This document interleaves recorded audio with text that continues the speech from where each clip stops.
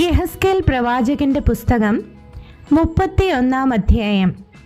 11 ആണ്ട് 3 മാസം 1 തീയതി യഹോവയുടെ അരുളപ്പാട് എനിക്കുണ്ടായതെന്തെന്നാൽ, മനുഷ്യപുത്ര, നീ മിസ്രയീം രാജാവായ ഫറവോനോടും അവൻ്റെ പുരുഷാരത്തോടും പറയേണ്ടത്, നിന്റെ മഹത്വത്തിൽ നീ ആർക്ക് സമൻ? അശൂർ ലെബാനോനിൽ ഭംഗിയുള്ള കൊമ്പുകളോടും തണലുള്ള ഇലകളോടും പൊക്കത്തിലുള്ള വളർച്ചയോടും കൂടിയ ഒരു ദേവദാരുവായിരുന്നുവല്ലോ. അതിൻ്റെ തുഞ്ചം മേഘങ്ങളോളം എത്തിയിരുന്നു. വെള്ളം അതിനെ വളർത്തി ആഴി അതിനെ ഉയരുമാറാക്കി. അതിൻ്റെ നദികൾ തോട്ടത്തെ ചുറ്റിയൊഴുകി. അത് തൻ്റെ ഒഴുക്കുകളെ വയലിലെ സകല വൃക്ഷങ്ങളുടെയും അടുക്കലേക്ക് അയച്ചു കൊടുത്തു.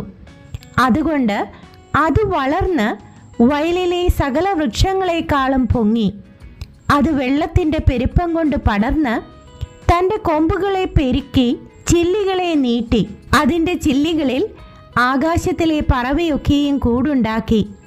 അതിൻ്റെ കൊമ്പുകളുടെ കീഴെ കാട്ടുമൃഗമൊക്കെയും പെറ്റുകിടന്നു. അതിൻ്റെ തണലിൽ വലിയ ജാതികളൊക്കെയും പാർത്തു. ഇങ്ങനെ അതിൻ്റെ വേർ വളരെ വെള്ളത്തിനരികെ ആയിരുന്നത് കൊണ്ട് അത് വലുതായി കൊമ്പുകളെ നീട്ടി ശോഭിച്ചിരുന്നു.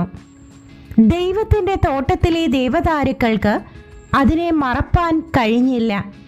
സരള വൃക്ഷങ്ങൾ അതിൻ്റെ കൊമ്പുകളോട് തുല്യമായിരുന്നില്ല. അരിഞ്ഞിൽ വൃക്ഷങ്ങൾ അതിൻ്റെ ചില്ലികളോട് ഒത്തിരുന്നില്ല. ദൈവത്തിൻ്റെ തോട്ടത്തിലെ ഒരു വൃക്ഷവും ഭംഗിയിൽ അതിനോട് സമമായിരുന്നതുമില്ല. കൊമ്പുകളുടെ പെരുപ്പം കൊണ്ട് ഞാൻ അതിന് ഭംഗി വരുത്തിയതിനാൽ ദൈവത്തിൻ്റെ തോട്ടമായ ഏദെനിലെ സകല വൃക്ഷങ്ങളും അതിനോട് അസൂയപ്പെട്ടു. അതുകൊണ്ട് യഹോവയായ കർത്താവ് ഇപ്രകാരം അരുളി ചെയ്യുന്നു: അത് വളർന്നു പൊങ്ങി തുഞ്ചം മേഘങ്ങളോളം നീട്ടി അതിൻ്റെ ഹൃദയം തൻ്റെ വളർച്ചയെങ്കിൽ ഗർവിച്ചു പോയതുകൊണ്ട് ഞാൻ അതിനെ ജാതികളിൽ ബലവാനായവൻ്റെ കയ്യിൽ ഏൽപ്പിക്കും. അവൻ അതിനോട് ഇടപെടും. അതിൻ്റെ ദുഷ്ടത നിമിത്തം ഞാൻ അതിനെ തള്ളിക്കളഞ്ഞിരിക്കുന്നു. ജാതികളിൽ ഉഗ്രന്മാരായ അന്യജാതിക്കാർ അതിനെ വെട്ടി തള്ളിയിട്ടു. അതിൻ്റെ കൊമ്പുകൾ മലകളിലും എല്ലാ താഴ്വരകളിലും വീണു.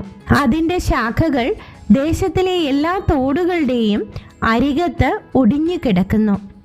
ഭൂമിയിലെ സകല ജാതികളും അതിൻ്റെ തണൽ വിട്ടിറങ്ങി അതിനെ ഉപേക്ഷിച്ചു പോയി. വീണു കിടക്കുന്ന അതിൻ്റെ തടിമേൽ ആകാശത്തിലെ പറവയൊക്കെയും പാർക്കും. അതിൻ്റെ കൊമ്പുകളുടെ ഇടയിലേക്ക് കാട്ടുമൃഗമൊക്കെയും വരും. വെള്ളത്തിനരികെയുള്ള സകല വൃക്ഷങ്ങളും ഉയരം ഹേതുവായി ഗർവിക്കുകയോ തുഞ്ചം മേഘങ്ങളോളം നീട്ടുകയോ വെള്ളം കുടിക്കുന്നവരായ അവരുടെ സകല ബലശാലികളും തങ്ങളുടെ ഉയർച്ചയെങ്കിൽ നിഗളിച്ചു നിൽക്കുകയോ ചെയ്യാതിരിക്കേണ്ടതിന് തന്നെ.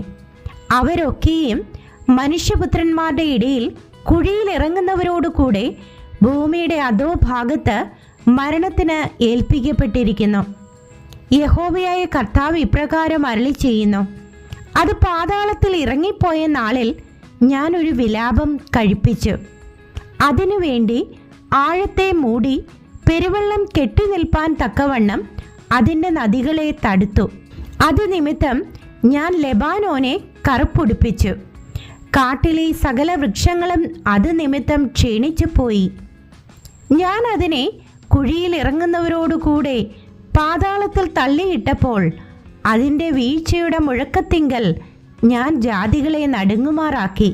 ഏദനിലെ സകല വൃക്ഷങ്ങളും ലെബാനോനിലെ ശ്രേഷ്ഠവും ഉത്തമവുമായി വെള്ളം കുടിക്കുന്ന സകല വൃക്ഷങ്ങളും ഭൂമിയുടെ അധോഭാഗത്ത് ആശ്വാസം പ്രാപിച്ചു.